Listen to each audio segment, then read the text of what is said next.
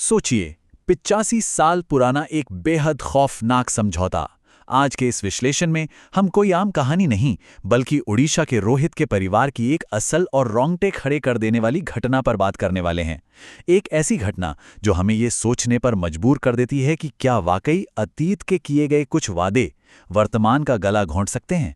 तो चलिए, बिना किसी देरी के इस रहस्य की गहराइयों में चलते हैं और देखते हैं कि आखिर हुआ क्या था। जरा इन शब्दों पर गौर कीजिए, मैं तुम्हारे पूरे परिवार को नष्ट कर दूंगा। सुनकर ये अजीब सी सिहरन होती है ना। सच कहूं तो ये किसी हॉरर फिल्म का डायलॉग नहीं है, ये एक पुरोहित के मुंह से निकले हुए असली शब्द हैं। वो भी तब जब पूजा के बीच उस पर अचानक किसी बहुत ही भयानक अदृश्य शक्ति का साया आ गया था। और ये चेतावनी किसे दी गई? एक रिटायर्ड नेवी अफसर के परिवार को, वो भी महज इसलिए क्योंकि उन्होंने अपने पूर्वजों की एक सदियों पुरानी सख्त रस्म को आगे निभाने से साफ इनकार कर दिया था। बस इसी एक फैसले ने सब कुछ पलट कर रख दिया। अब देखिए, इस पूरी कहानी के केंद्र में एक बहुत ही दिलचस्प नंबर है, 31। ये पूरी दास्तान उड़ीसा के आठगढ़ के पास स्थित एक बहुत ही पुराने पुश्तैनी घर के इर्द गिर्द घूमती है। ये घर कोई आम घर नहीं है, ये गांव से बिल्कुल अलग थलग पूरे 31 बीघा के घने जंगल से घिरा हुआ है। और इसी जंगल के ठीक बीचों बीच घर के पास पूर्वजों का बनाया हुआ एक निजी मंदिर भी है। यही वो एकांत जगह है जो इस पूरे रहस्य की असली जड़ है। तो हमारे मन में ये सवाल जरूर आता है कि आखिर वो रस्म थी क्या जिसे तोड़ने की इतनी बड़ी सजा मिली। दरअसल पिछले 85 सालों से इस परिवार में एक बेहद अजीब और विशिष्ट रस्म निभाई जा रही थी। इसके 3 बहुत ही सख्त नियम थे। पहला, शादी के ठीक 17 साल बाद ही इस रस्म को निभाना है, ना एक दिन पहले ना एक दिन बाद। दूसरा, पत्नी का ठीक 6 महीने का गर्भवती होना एकदम अनिवार्य है। और तीसरा, इसी अवस्था में जोड़े को वापस उसी पुश्तैनी मंदिर में आकर एक बहुत ही विशेष पूजा करनी होती है।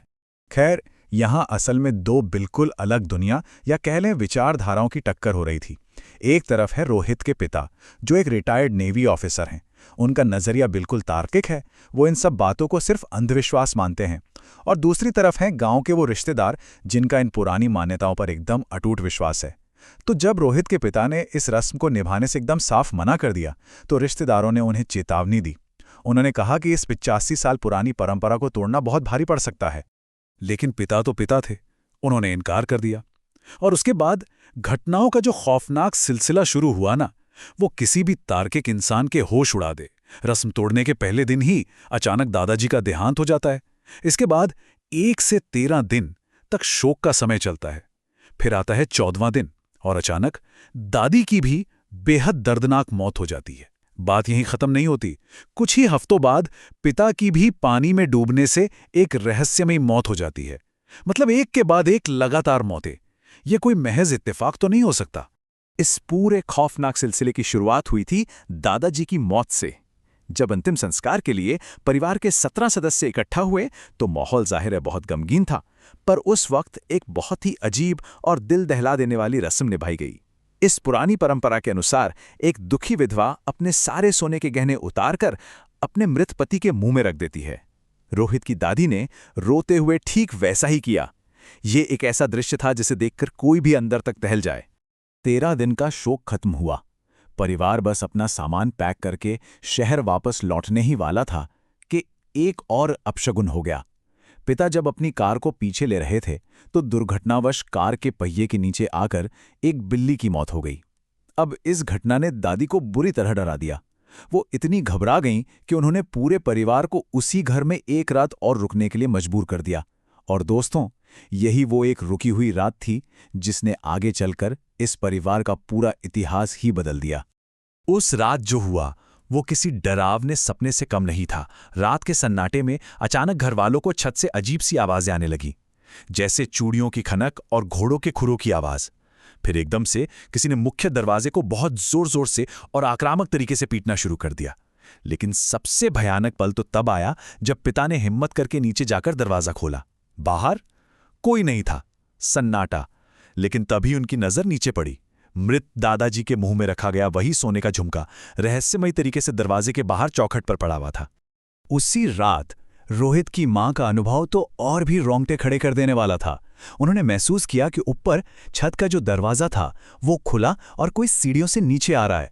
अचानक उनके कमरे का दरवाज़ा अपने आप खुल गया।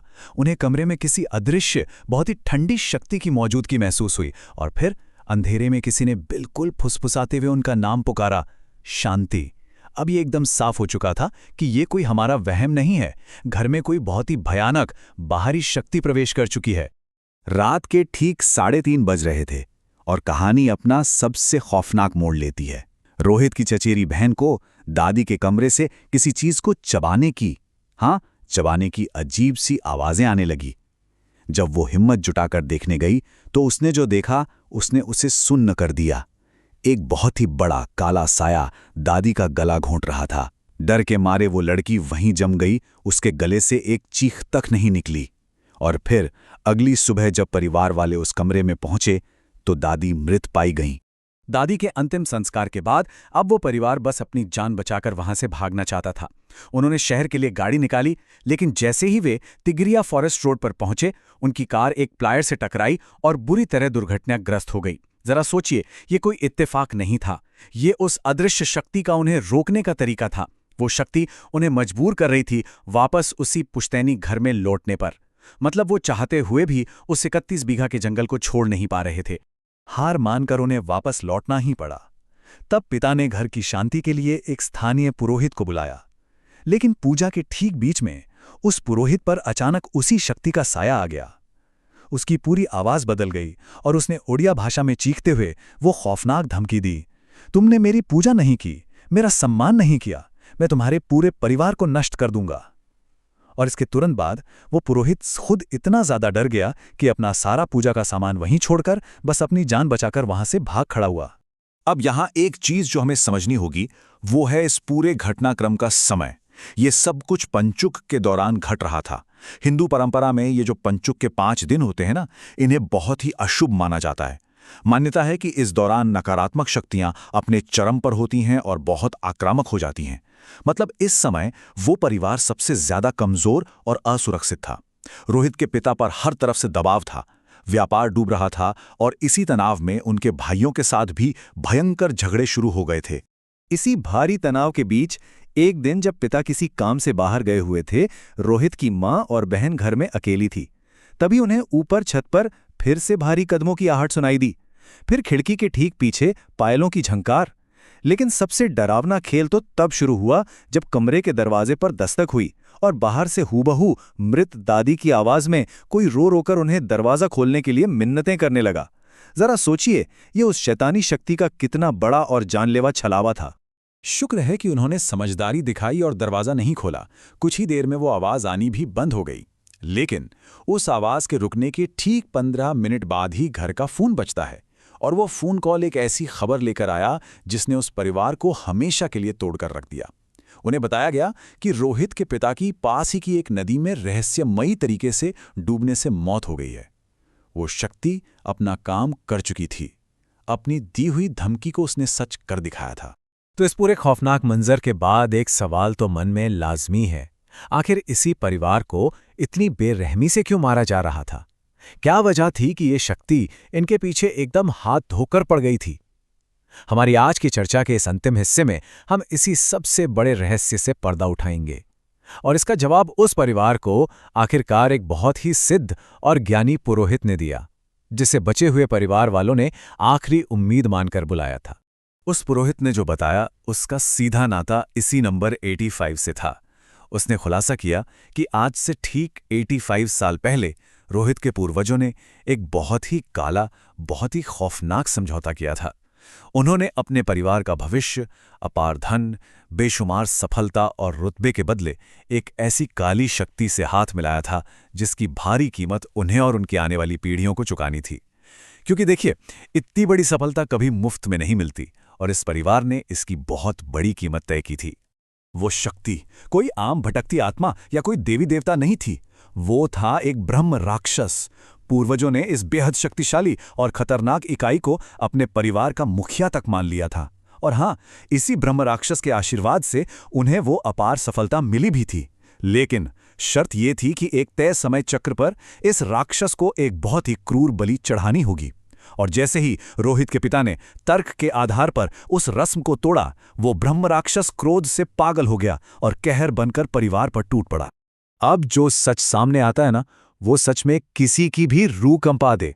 उस अजीबो गरीब रस्म में ठीक 6 महीने की गर्भवती महिला की ही आवश्यकता क्यों होती थी? क्योंकि वो ब्रह्म राक्षस हर 17 साल में उस माँ के कोख में पल रहे उस अजन्मे बच्चे की जीवन ऊर्जा को सोख लेता था। अगर सरल शब्दों में कहूं तो वो हर 17 साल में एक अजन्मे बच्चे की बलि लेता था। रोहित के पिता ने अनजाने में ही सही, पर इसी बलि को रोक दिया था, और इसी वजह से उस ब्रह्म राक्षस ने पूरे परिवार को ही खत्म करने का फैसला कर लिया। पर फिर एक सवाल उठता है कि दादी की हत्या क्यों हुई? वजह ये थी कि दादी इस पूरी रस्म की डरावनी सच्चाई अच्छे से जानती थीं, लेकिन उन्होंने ये बात अपने बेटे यानी रोहित के पिता से हमेशा छुपा कर रखी। राक्षस ने दादी को इसलिए मारा क्योंकि उसे डर था कि अगर दादी ने अपने बेटे को ये सच्चाई बता दी तो वो शायद अपने परिवार को बचाने के लिए हार मानकर वो रस्म निभा लेता। मतलब दादी की इसी चुप्पी ने अनजाने में ही पिता की मौत का फरमान लिख दिया था। कहानी के अंत में उस बचे खुचे परिवार ने अपनी जान बचाने के लिए एक शक्तिशाली तांत्रिक का सहारा लिया। उन्होंने उस पूरे 31 बीघा के जंगल और उस पुश्तैनी घर को बहुत ही शक्तिशाली मंत्रों से बांध दिया है। तो आज के समय में वे लोग शारीरिक रूप से सुरक्षित हैं और वो राक्षस उन्हें सीधे तौर पर नुकसान नहीं पहुंचा सकता। लेकिन वो लोग बताते हैं कि आज भी उन्हें कभी-कभी उस काली शक्ति की मौजूदगी महसूस होती है। वो साया आज भी उस बंधे हुए जंगल में कहीं भटक रहा है, मानो अपने किए हुए समझौते का इंतजार कर रहा हो। तो इस पूरे विश्लेषण के बाद हमारे सामने एक बहुत ही गहरा विचार आता है। क्या हम कभी सोचते हैं कि हमारी आज की सफलता, आज की ये सुख शांति कहीं हमारे पूर्वजों द्वारा किए गए किसी ऐसे ही छिपे हुए, भूले बिसरे समझौते पर तो नहीं टिकी, जिसके बारे में हमें कोई अंदाजा ही नहीं है? क्या अतीत की वो अदृश्य शक्तियां आज भी कहीं ना कहीं हमारे जीवन को नियंत्रित कर रही हैं? इस सवाल पर विचार जरूर कीजिएगा। आज के इस विश्लेषण में हमारे साथ जुड़ने के लिए बहुत बहुत धन्यवाद। मिलते हैं अगली बार एक नए और गहरे रहस्य के साथ।